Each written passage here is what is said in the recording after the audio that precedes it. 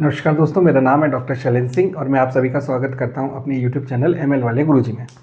तो फ्रेंड्स, हमारा जो टॉपिक चल रहा है, बेसिक टॉपिक, वो है डेटा प्री प्रोसेसिंग का।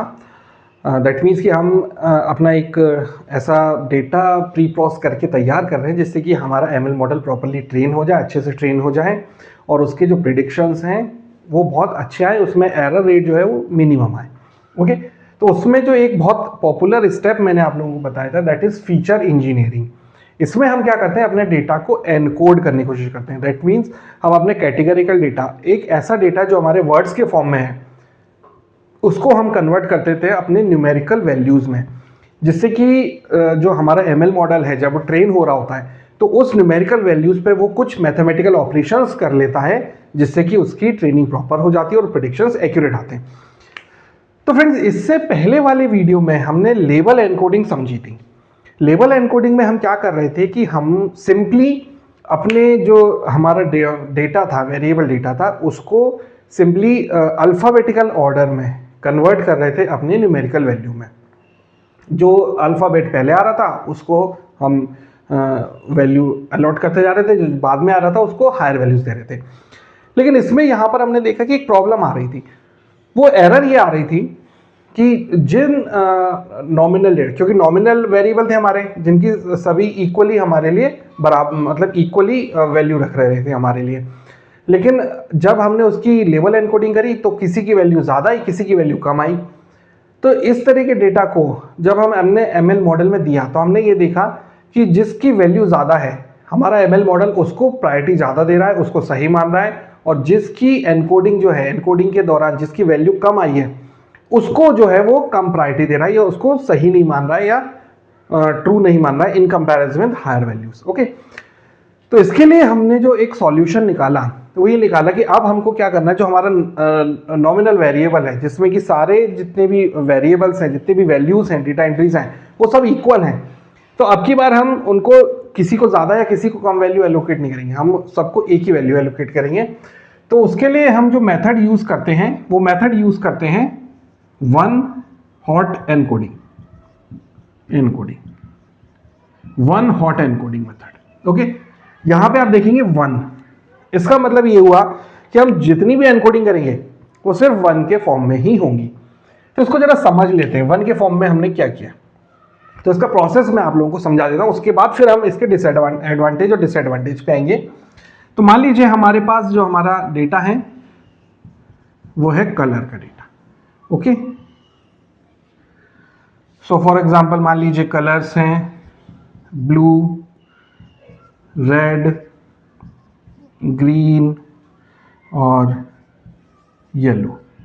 ओके, ये चार कलर मैं कंसीडर कर रहा हूं। मान लीजिए एक कलर है ब्लैक, और मैं कंसीडर कर देता हूं ब्लैक। ओके, मान लीजिए ये 5 कलर्स हैं मेरे पास जिसको मैं कंसीडर कर रहा हूं। Okay,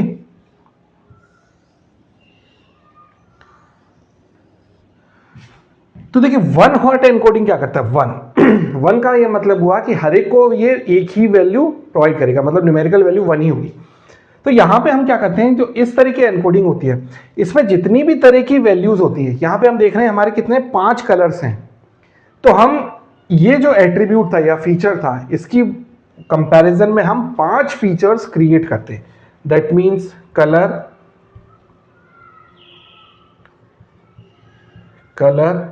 underscore blue,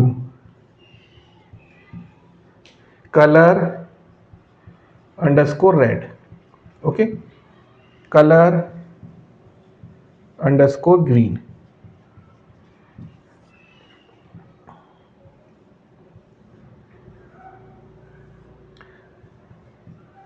colour underscore yellow,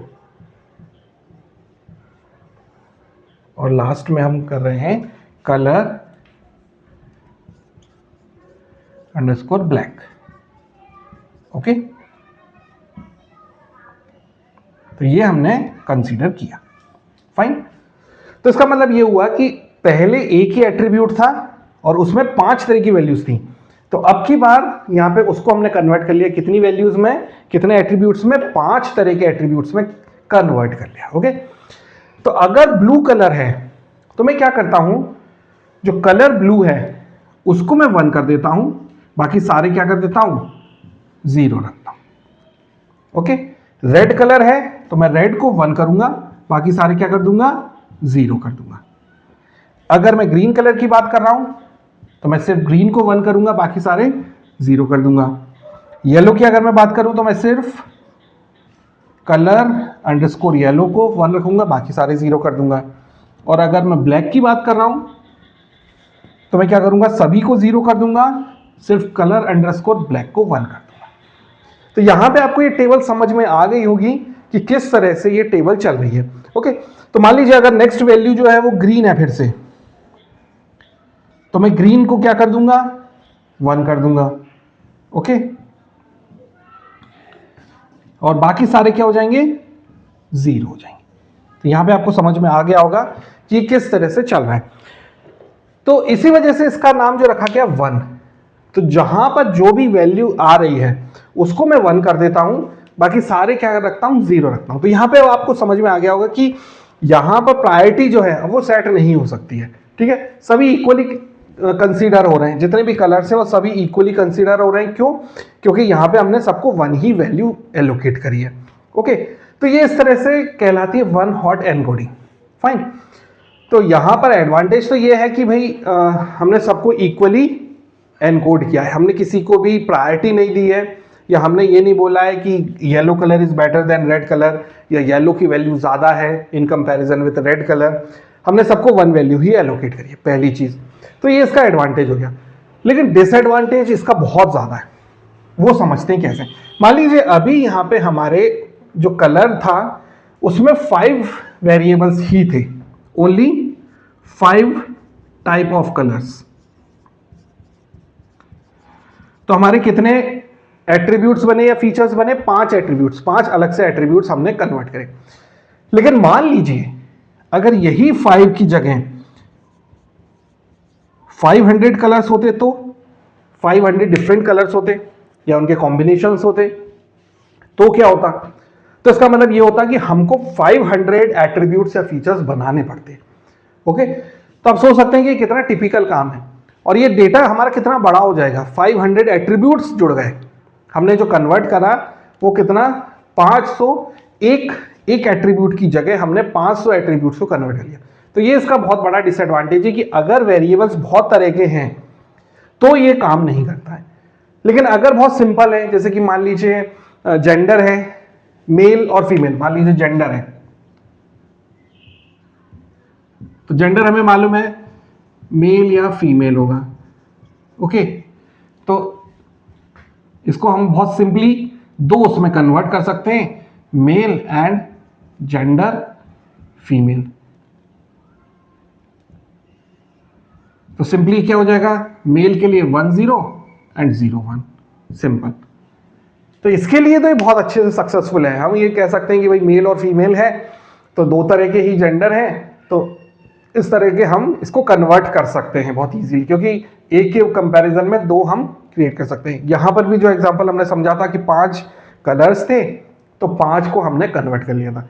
लेकिन वही प्रॉब्लम है कि अगर बहुत सारी वेराइटीज हो जाती हैं यहाँ पर इनपुट डेटा में, किसी एट्रीब्यूट में, फीचर में, तो उसको कन्वर्ट करना हमको बहुत मुश्किल हो जाता है।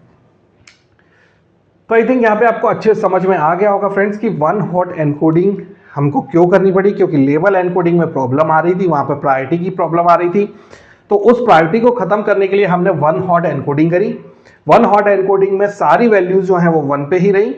लेकिन यहां पर एक अलग तरह की प्रॉब्लम क्रिएट हो गई है, वो ये कि अगर मेरे इनपुट में बहुत ज्यादा तरह के वेरिएबल्स हैं, बहुत तरह के डेटा एंट्रीज हैं, तो उतने ही ज्यादा मेरे पास क्या हो जाएंगे, मेरे पास उतने ही ज्यादा एट्रीब्यूट्स या फीचर्स बन जाएंगे, जिससे कि मेरा अगेन डेटा बहुत ज्यादा बड़ा हो जाएगा।